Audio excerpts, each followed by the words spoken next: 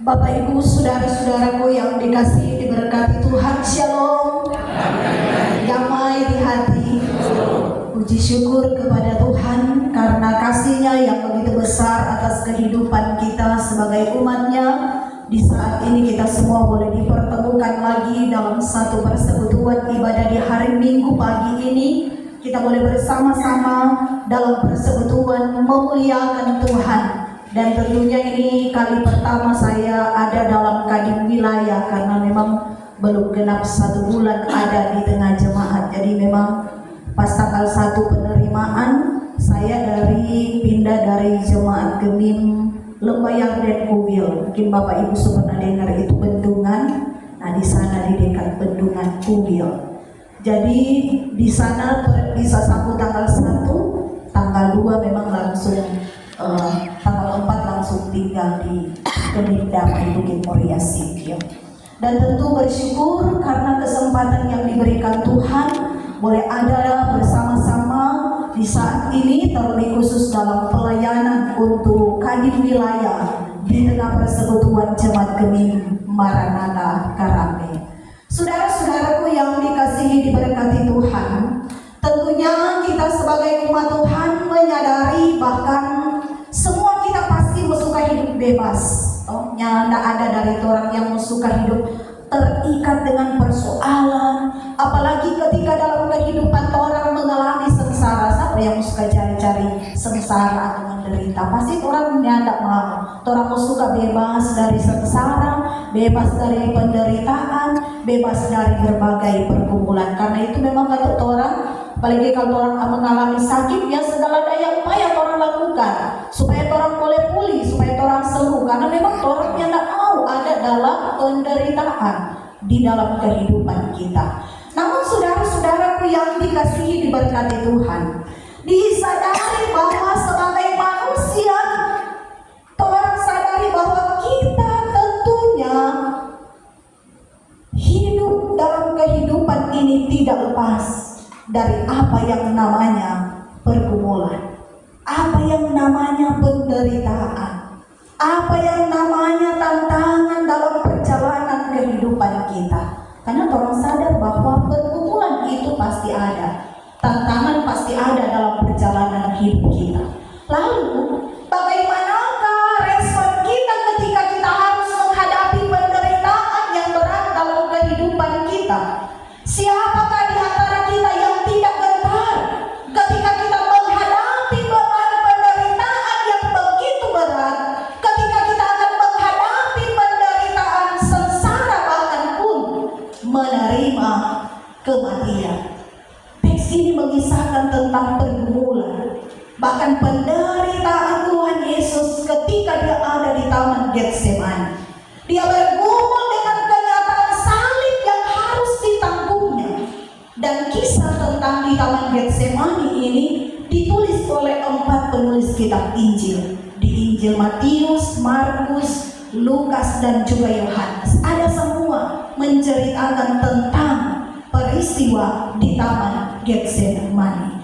Namun saudara-saudara, untuk memahami kisah tentang di Taman Getsemani ini, maka tentu kita harus juga melihat bagian bacaan sebelumnya.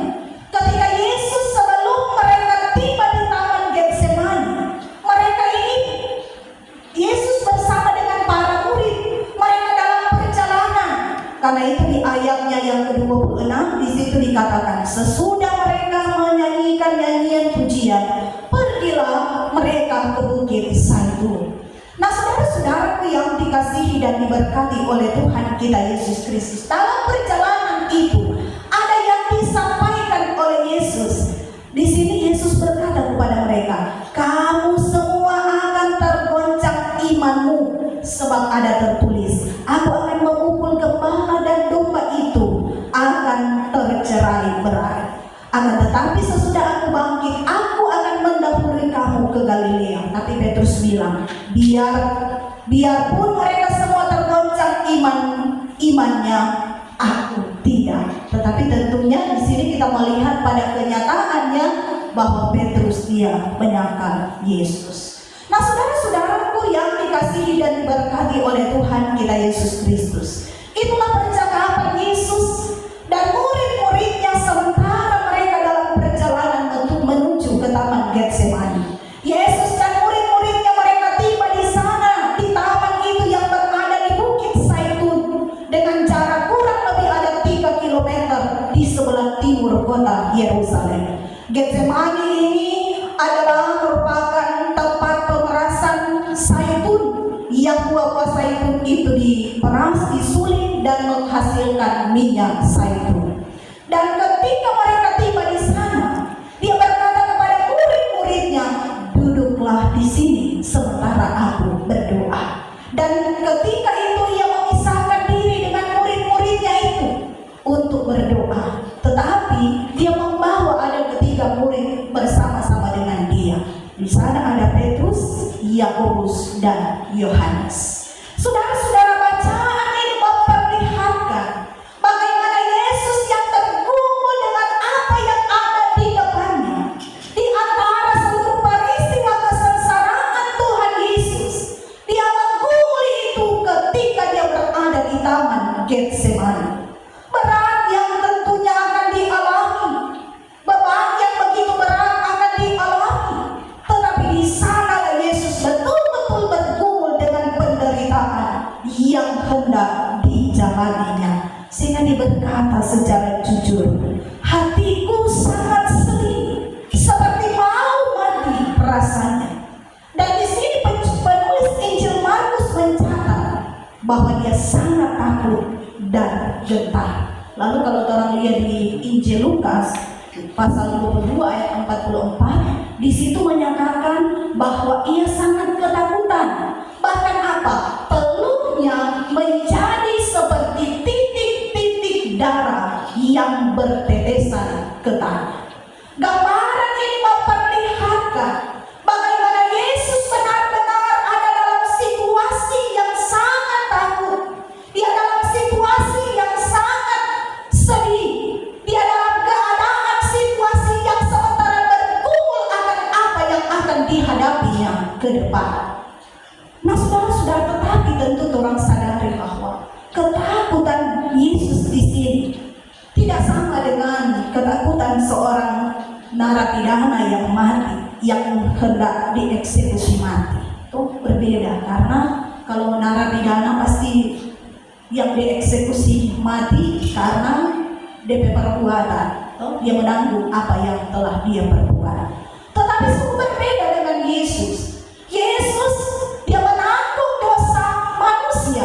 Dia sebenarnya adalah orang yang tidak bersalah, tetapi dia harus menerima kesengsaraan. Dia harus menerima penderitaan, bahkan mati di kayu salib untuk dosa manusia, untuk menjadi korban bagi dosa-dosa manusia.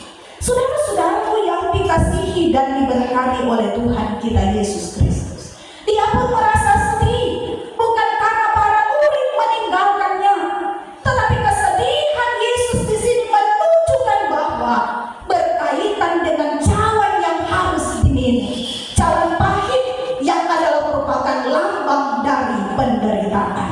Dan itu lebih dari sekedar penderitaan jasmani, di mana dia memang harus mengalami penderitaan yang berat, bahkan mati di kayu salib.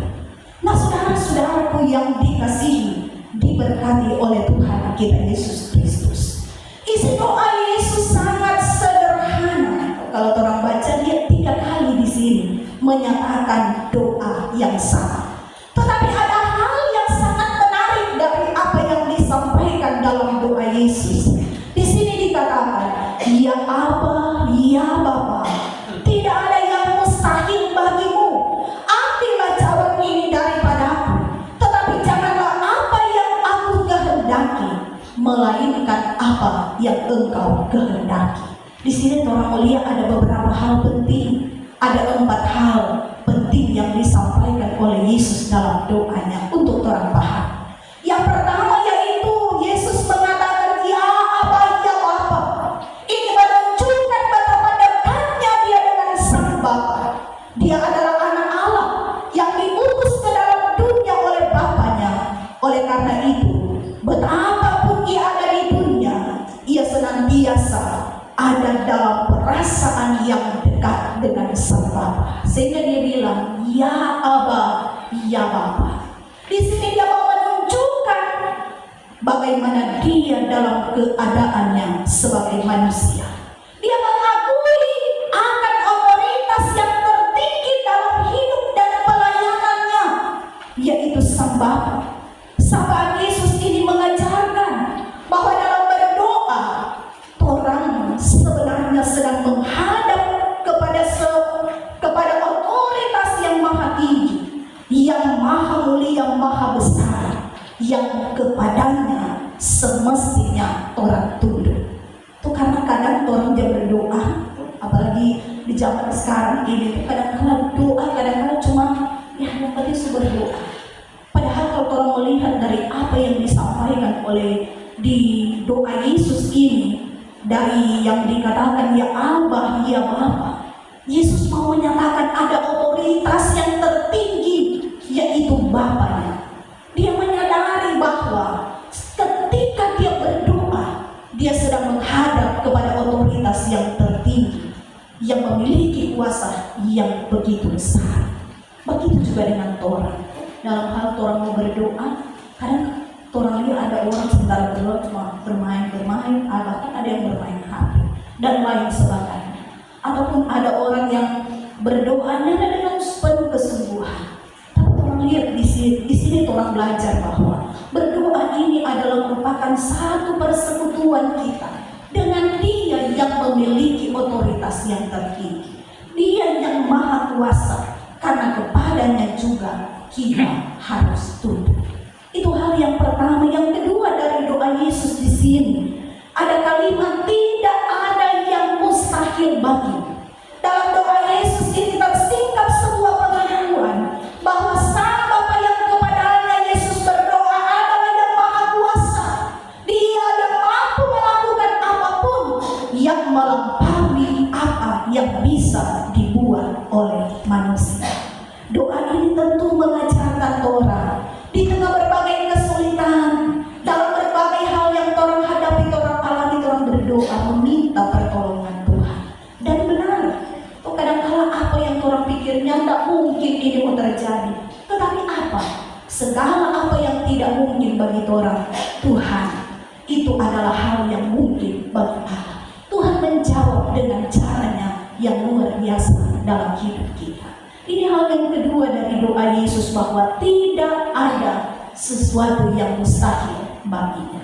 Yang ketiga di sini doa Yesus dikatakan api menjawab ini daripada.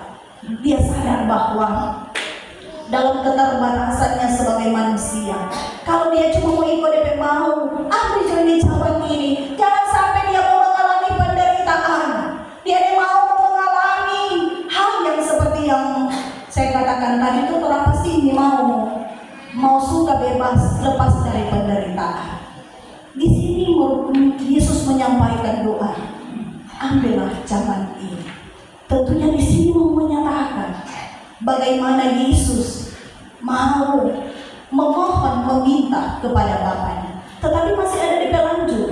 Kita lihat di kalimat selanjutnya. Tetapi janganlah apa yang aku kehendaki, melainkan apa yang engkau kehendaki.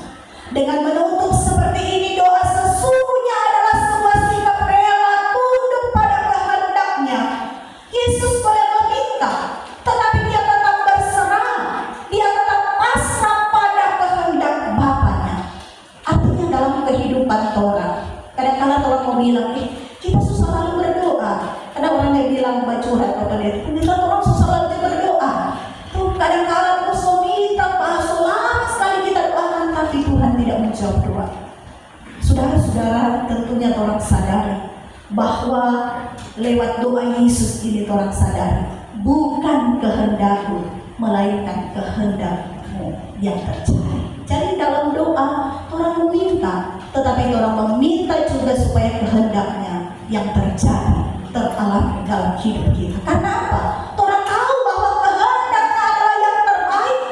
Dia tahu yang terbaik untuk kita. Mungkin orang pikir begini, menurut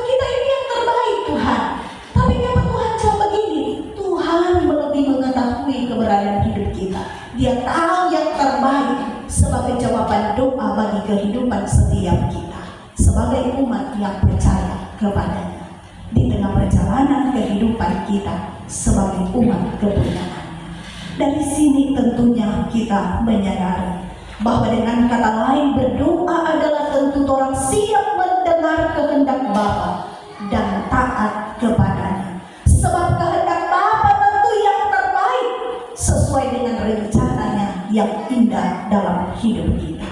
Sikap doa Tuhan Yesus di Taman Getsemani ini memperlihatkan dia bergumul antara keinginan manusia dan kehendak Allah, antara keinginannya secara pribadi dan kehendak Allah.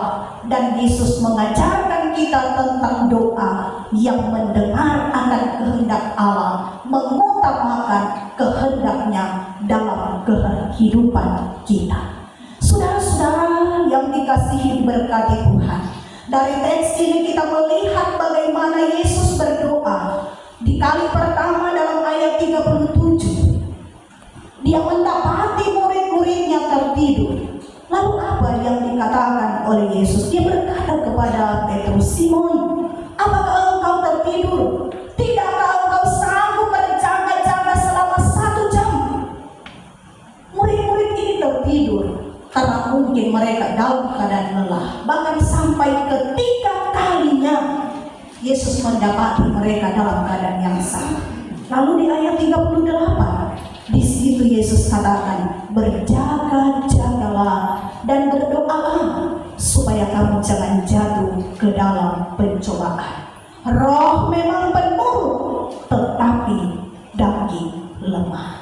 Nah, saudara-saudaraku yang dikasihi dan diberkati oleh Tuhan kita Yesus Kristus, dari bagian bacaan Alkitab kita di sepanjang minggu yang berjalan ini, kita sementara merenungkan lewat bagaimana yang disampaikan oleh penulis kitab Injil Markus dalam ayatnya yang ke-32, di mana Yesus yang sedang berada di Taman Getsemani. Dari sini tentu kita mendapati ada beberapa hal yang penting untuk kita renungkan ketika kita ada di minggu sengsara yang keempat ini. Ada beberapa catatan berdasarkan bacaan Alkitab ini. Yang pertama, yaitu kita belajar dari sikap Yesus ketika dia menghadapi pergumulan yang berat. Dia memilih untuk berdoa, bergumul dengan Bapanya. Setiap kita tentunya tidak lepas dari pergumulan, tantangan hidup. Tetapi yang paling penting adalah dengan siapa kita menghadapi setiap pergumulan itu. Bukan soal betapa besar pergumulan yang orang hadapi, tetapi betapa besarnya kuasa Tuhan lebih besar daripada setiap persoalan kita. Karena itu yang paling penting, bukan berapa besar persoalan yang orang hadapi, tetapi dengan siapa orang menghadapi setiap pergumulan itu. Seperti Yesus, dia bergumul bersama dengan Bapanya di tengah kegundahan hatinya, di tengah kegalauan, di tengah kesedihan dan ketakutan. Dia bergumul bersama dengan Bapanya lewat doa. Ini hal yang sangat besar bagi kita sebagai umat Tuhan, untuk orang dalam perjalanan hidup kita. Belajar dari sikap Yesus. Bilang sedangkan Tuhan Yesus berdoa kepada Bapanya, "Komtoran, mari orang senantiasa berdoa di sepanjang kehidupan kita." Bukan saja nanti orang mendatang ketika orang ada pergumulan baru mau ingat Tuhan, tetapi di tengah berbagai keberadaan hidup kita, mari orang senantiasa tidak melupakan Tuhan. Dalam susah, dalam senang, orang jangan melupakan Tuhan. Minta terus tuntunan Tuhan. Apa yang orang mau kerjakan, apa yang orang mau lakukan, selalu orang dahului dengan doa. Sama dengan itu ungkapan yang sering orang dengar, doakan apa yang kamu kerjakan dan kerjakan apa yang kamu doakan. Jangan berhenti berdoa kepada Tuhan. Yang kedua, kita belajar dari iman dan keyakinan di balik doa Yesus. Melalui doanya di Taman Getsemani, Yesus mengajarkan kita bahwa Allah bukanlah pribadi yang jauh. Allah adalah Bapa yang dekat dengan kita. Dialah yang Bapa, dialah yang senantiasa mengasihi kehidupan kita. yang bilang dia hanya sejauh doa. Jadi dari doa Yesus ini ajar orang yang tak jauh Tuhan Allah kita, dia dekat. Sejauh orang datang berdoa, berlutut kepadanya, berdoa, membangun komunikasi dengan dia. Hal yang kedua tentu dari doa Yesus mengajarkan bahwa Allah yang Maha Kuasa, dia mampu melakukan segala sesuatu yang terbaik untuk hidup kita. Apa yang mustahil bagi kita manusia, tetapi tidak ada yang mustahil bagi Allah. Lalu yang ketiga dari doa Yesus ini kita belajar bahwa dia yang siap mendengar setiap permohonan kita, tetapi kehendaknya yang terjadi atas kehidupan kita. Orang boleh meminta, tapi biarlah kehendaknya yang terjadi dalam hidup kita. Saudara-saudaraku yang dikasihi dan diberkati oleh Tuhan kita Yesus Kristus, dari bagian perenungan kita di saat ini menggentar kita juga sebagai umat Tuhan, agar kita kehidupan rohani kita, agar perjalanan kehidupan kita sebagai umat Tuhan, orang lihat bagaimana Tuhan Yesus dan para murid mengajarkan tentang solidaritas dan kesetiakawanan dalam perjalanan kehidupan. Sehingga ketika Yesus bilang begini, hatiku sangat sedih, seperti mau mati rasanya, tinggallah di sini dan berjaga-jagalah. Tetapi apa atau bagaimana respon daripada para murid? Para murid tidak peka dengan apa yang sementara dirasakan oleh gurunya. Sehingga di saat Yesus sementara bergumul dengan penderitaan yang akan dialami, tetapi para murid nyatanya mereka tertidur. Maka tentu ini menunjukkan hal yang sangat jelas, bagaimana Yesus yang bergumul dan para murid yang tertidur.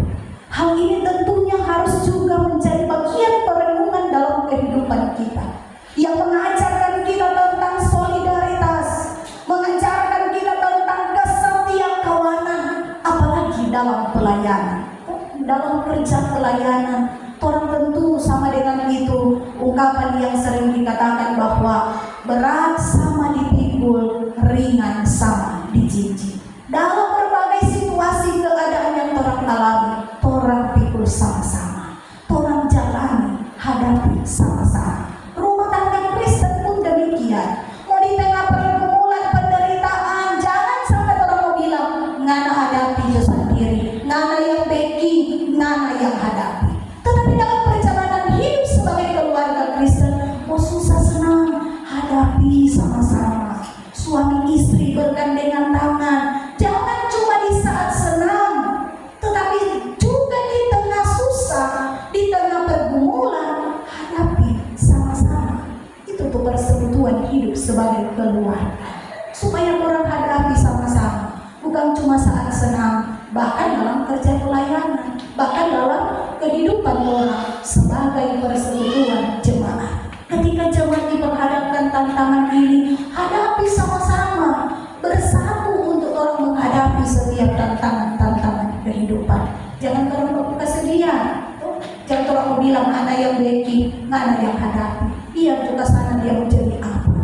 Tapi kalau mari ada dalam satu kesetiakawanan, orang ada dalam satu kesatuan untuk menjalani kehidupan, tantangan ataupun dalam keadaan senang, orang hadapi sama-sama. Nah, saudara-saudaraku yang dikasihi dan diberkati oleh Tuhan kita Yesus Kristus, bagian bacaan Alkitab ini sebagaimana tema kita dituntun dengan tema di sepanjang minggu yang berjalan ini, berjaga-jagalah dan berdoalah supaya kamu jangan jatuh dalam pencobaan. Di mana bagian Alkitab, di mana sesuai dengan tema ini mengingatkan kepada kita, berjaga-jagalah supaya orang jangan jatuh dalam pencobaan. Bagaimana orang bicara? Berdoamu jangan sampai orang lupa kepada Tuhan. Berjaga-jaga, tetap waspada di tengah keberadaan kehidupan ini. Karena sama seperti yang ada di dalam kitab 1 Petrus pasal 5 ayat 8, saya menutup khotbah ini dengan ayat ini. Sadarlah dan berjaga-jagalah, lawan musuh iblis, berjaga